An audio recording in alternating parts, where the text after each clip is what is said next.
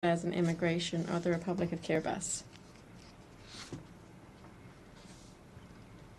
The Assembly will now hear an address by His Excellency Mr. Bassirou Diomaye Faye, President of the Republic of Senegal. I request protocol to escort His Excellency and invite him to address the Assembly.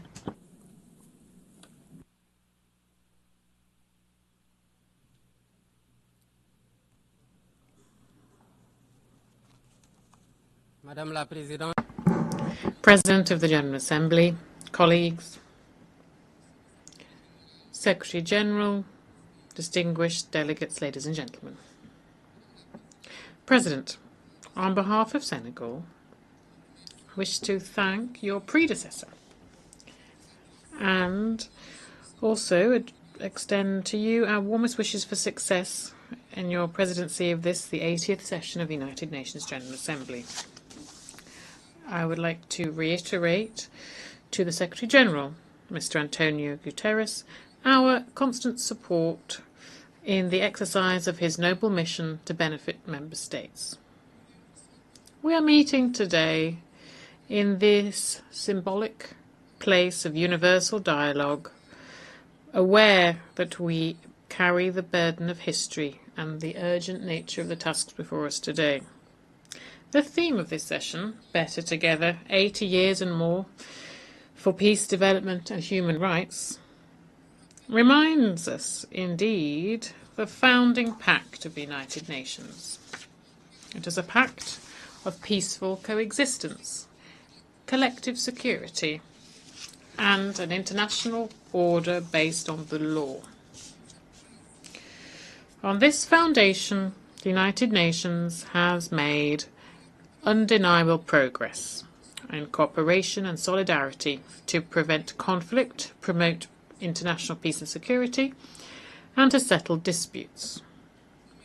Equally, significant progress has also been made in the codification of universal norms for the protection of human rights and to create a safer and more peaceful international order.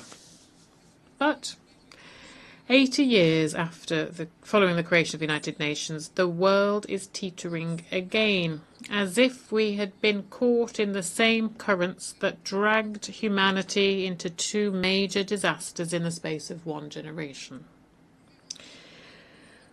We are living in turbulent times.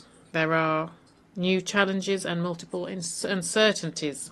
The spread of terrorism, old and new conflicts, climate change, far-reaching economic crises, and falling international solidarity, and a higher risk of the collapse of multilateralism. Not forgetting either the resumption of the arms race, including in cyberspace. The most concerning, of course, is the appalling dehumanization, a world that feels selectively according to geopolitical interests and stakes. There can be no justice based on law when what is taken to be the international order is governed by double standards, by the right of the mighty and a spirit of us versus them. In this worrying context, Africa remains confronted with armed conflict, terrorism, particularly in the Sahel, and cross-border crime and political instability. When faced with so many challenges, our approach should be an integrated one that combines prevention with resilience and a targeted response. Peace and security have a price. Let's give ourselves the resources to afford them with predictable and sustainable funding of African peace support operations, with suitable equipment and robust mandates and rules of engagement. That's the only way of tackling the scourge of terrorism and of rebuilding a minimum level of security and stability in the areas affected.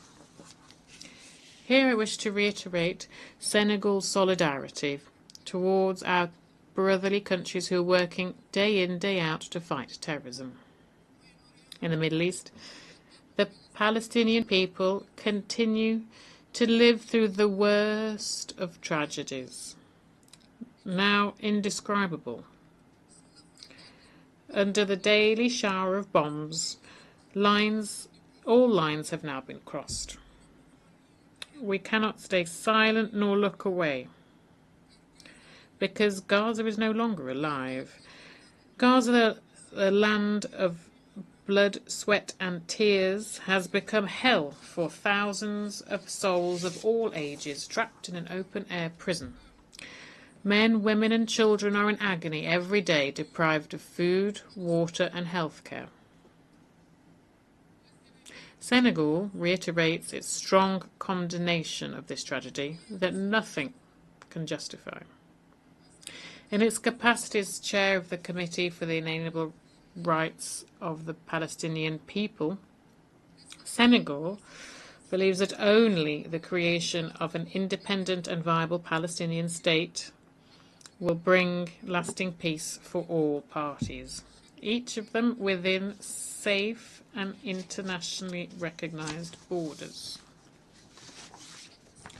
Ladies and gentlemen, 80 years ago, the founding fathers of the UN committed, when they created the UN, to spare succeeding generations from the scourge of war, which twice in a quarter of a century had caused millions of deaths and inutterable suffering.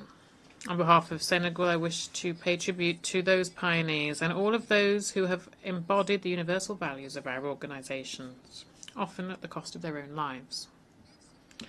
In this world in crisis, our principles and our actions must remain the same. Peace over conflict, justice over indifference, and partnership over struggles for power. But this is only possible if we have a strong and revitalized multilateralism to make a single framework for action in favor of peace, stability, dialogue, cooperation, and the peaceful settlement of disputes.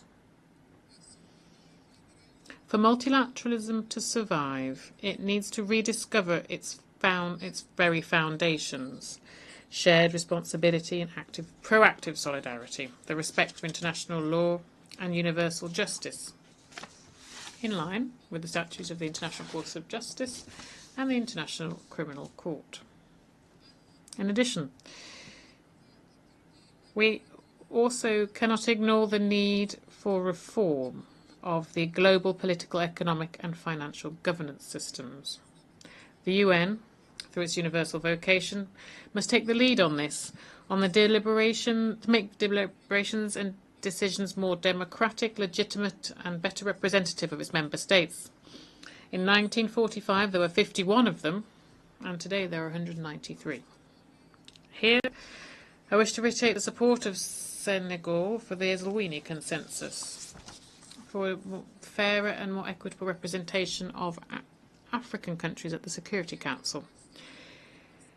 It is high time that the global economic and financial governance is more just and more inclusive, for it to meet the real needs of funding to sustainable development. We know full well that public aid is not the solution. Other tools exist, for example, an equitable global fiscal framework, so that taxes are paid in the place where wealth is produced. Access to credit on sustainable terms, so that debt burdens don't hinder development efforts in our countries. Finally, the effective implementation of the Seville Commitment, the Pact for the Future and the Sustainable Development Goals, to ensure better access to healthcare, water, food, education, energy and the digital technologies. Global heating also deserves our attention. It's not simply a threat, but it is an existential question. Reality that hits those who contributed to it least the hardest. Africa only contributes 4% of global emissions. And however, drought, flooding, coastal erosion, food insecurity are part and parcel now of the lives of our peoples. This is a double burden that has become untenable. Senegal would like to reiterate its commitment to the Paris Climate Agreement and calls for a just and fair climate transition through the use of available resources to ensure universal access to electricity and launch competitive industrial development. The fight against climate change will, of course, need significant funding for adaptation, improved access to climate funds, and also the guarantees for technology transfer. Senegal welcomes the creation of a loss and damage fund and calls for greater solidarity on an international level to replenish the fund so that operations in the field can be financed. Excellencies, ladies and gentlemen, faced with the emergency and urgent challenges and numerous challenges before us, we are not helpless. The world does have the necessary means to feed the hungry, to raise our children, to heal the sick, and to silence the guns. The real obstacle isn't a financial or a technical or a material one. It's a question of political will. The will to make multilateralism a tool for collective solidarity, for cooperation over confrontation. The will to build a future where human dignity is at the heart of every decision we take. So, at this, the 80th anniversary of the United Nations, let's not just state that the world order is tired, but let's springboard for new hope. A hope for a more effective organisation to benefit the people it represents. Senegal remains committed to work to this end with all members of the organisation. We are ready to build bridges, to enact reforms, and to continue our common endeavour to build a world of peace, justice and solidarity. I wish every success for the work of the 80th session of the UN General Assembly, and I thank you for your kind attention. Au nom de l'Assemblée générale. On behalf of the General Assembly, I wish to thank the President of the Republic of Senegal. The Thank you.